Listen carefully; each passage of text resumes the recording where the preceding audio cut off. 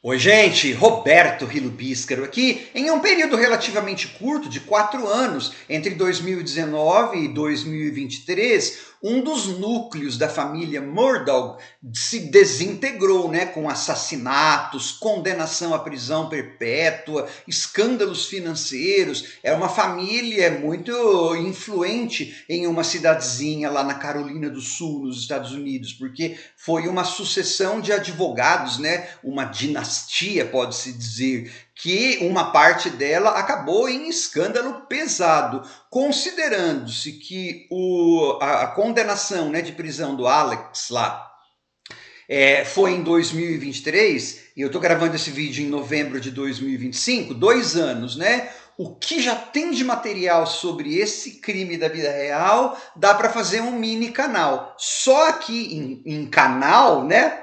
Eu já resenhei o filme com o Bill Pullman, do canal Lifetime, as 2 temporadas da docu-série da Netflix. Mas tem muito mais. Por exemplo, no catálogo da HBO Max, agora em novembro de 2025, tem o documentário deles lá, se não me engano, 3 partes. O YouTube está lotado de documentários. Tem até produção do Tubi, aquele serviço de streaming gratuito lá que tem nos Estados Unidos. Estou morrendo de vontade de ver aquilo lá quando eu soube que tem. Pois bem, a Hulu, que no Brasil está no serviço de streaming Disney Plus, não poderia ficar de fora, né? Em pegar um pouco desse dinheiro aí. E aí, então, produziu a minissérie em 8 episódios, Crime de uma Dinastia, que foi baseada, adivinha em quê? Em um podcast. Porque antes de todos os documentários e coisas que eu falei, esses crimes foram tema de um podcast, né? Só que antes de falar sobre essa minissérie,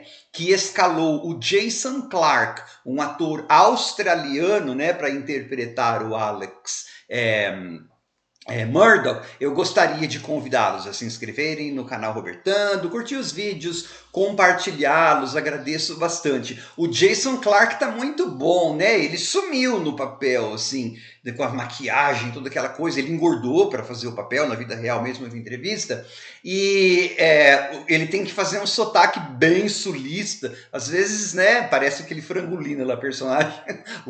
Foghorn, Leghorn, meio exagerado, mas tudo bem. Só que de vez em quando o acento, né, o sotaque australiano dele dá uma escapadinha. Normalmente quando ele vai falar alguma coisa com tipo about, aí ele dá uns australianada, mas ele tá ótimo. E a Patrícia Arquette, que faz a esposa complacente, né, que depois se ferrou, também tá bem. O elenco tá bom, né? Pode ser que 8 episódios tenham sido um pouco meio muito, por conta de a gente já conhecer aquela história e eles ficarem enrolando. E é claro que a gente tem que dar um desconto, né? Que assim, os fatos estão ali, mas os diálogos e as coisas são ficcionalizações. Porque do modo como aquela família é descrita imageticamente, a gente duvida que eles, sei lá, né, que o pai e filho tivessem conversas mais profundas sobre o sentido da vida ali. Não rolava isso. Mas a gente, nossa vida, a gente também não tem.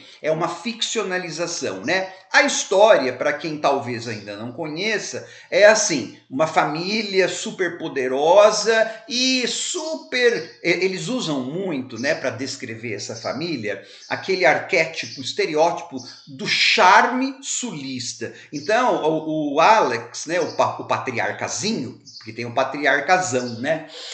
O pai dele, ele era aquele tipo cavalheiro sulista, homão, macho alfa, sulista loirão, bonachão, brincalhão, só que ele era um bully, né? Ele usava influência e o privilégio, todos eles eram assim. É que a série, como ele foi o condenado e ele é o assassino, a minissérie foca e toma partido, sei lá, entre aspas, dos outros e carrega, né, na caracterização, carrega no tom pejorativo para descrever o Alex, né? Então ele é simpático, mas ele é um bully, ele vive colocando especialmente o filho mais novo para baixo, trai a esposa, é viciado em opioides, enfim, ele faz tudo errado e percebe que como eles dão closes nojentos na cara dele, comendo, engordurado, e aí tem uma hora que ele vai transar lá com a esposa, você fica, que nojo esse homem, deve estar fedendo CC, né? Eles carregam lá. Então, esse tiozão, ele tem uma esposa, né? Que, assim, ela é complacente com o que está acontecendo, mas todos eles, de acordo com o que a gente vê na série, né, vivem assim, imersos em seus privilégios. Porque, por exemplo, a maneira como ela trata a empregada, que ela tanto ama, mas ela não ajuda a carregar um pedaço de nada. E quando vão viajar, traz uma porcariazinha para ela. A Meg também fez aquilo. Ela não estava fora daquilo, né? Eu acho que essa minissérie dá uma passada de pano um pouco. Talvez porque eles morreram. Ok, tudo bem.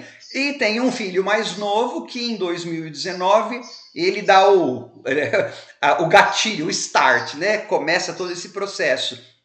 Bêbado, um garoto mimado, um loser, né? De acordo com os temas também da minissérie. Um garoto instável, infantil, ele tá bêbado e bate o barco, morre uma pessoa, uma menina. E daí então começa toda uma sucessão de fatos que depois vão levar ao assassinato e vai levar também à condenação do pai, porque assim, começa a querer coagir testemunhas e tudo mais, né? E também você tem o filho mais velho, o tal do Buster, que é o queridinho do papai, mas também vai ver lá que ele está envolvido, né, assim, rumores de que estava envolvido num outro assassinato lá, mas também não era flor que se cheirasse. Veja o que ele fez lá em termos de estudante, né? Então é assim, é um retrato de uma família disfuncional que achou que os seus privilégios, especialmente o velhão, né, o Alex, que achou que os seus privilégios iriam protegê-la de tudo, mas chegou um momento em que não deu certo, até porque as ações do paizão ficaram daninhas para a própria família e extrapolaram o círculo da cidadezinha em que eles moravam, né? O Alex, ele não conseguiu dimensionar que o poder dele era um poder limitado ao lugar, ao condado, ao lugar onde ele estava. Então é assim, volta de vez mais a queda, né, dessa dinastia dos Myrtle. E aí você vai ter tudo aquilo que, se você já assistiu aos documentários, né, você já viu, né? A empregada que vai acontecer isso, aquilo, e sei lá, talvez desse para ter menos episódios, mas eu gostei, eu não me entediei não, porque eu acho que os atores estão bons e especialmente o Jason Clarke eu amei, né? O jeito que ele sumiu, o jeito que ele ficou repelente lá, e até porque agora em 2025 esse ator australiano está em uma outra série, minissérie lá da Apple, que eu quero ver também, eu vi só trailers, coisa, que aí ele tá mais, ele também é macho alfa, mas aí já é outro tipo de macho alfa, uma coisa de sobrevivência lá, e aí lá ele não tá baleioso igual tá nessa minissérie, né? Mas assim, Crime de uma Dinastia, e a voz já foi, não vai acrescentar nada para quem já viu, já sabe dos crimes, né? Mas vai mostrar atores que estão bem no papel. Dá uma sensação de exploração total. Aquilo lá é só para Hulu ganhar dinheiro, é só comercial, né? Dá a sensação de que eles enrolam em termos das personagens secundárias, mais do que precisava enrolar, e a ação dramática fica se repetindo, porque a gente vê aquele velho, aquelas pessoas fazendo, às vezes, a mesma coisa sem necessidade. Sim. Não é uma grande minissérie, não. Mas ela tem um bom trabalho de atores, né? Então aí, por isso que eu gostei. E para quem não conhece a história, tudo bem, aí beleza, né? Você pode ver versões mais condensadas, mas se quiser ver uma que você vai ficar com nojo do papaizão lá do Alex, essa é a que você tem que ver, né?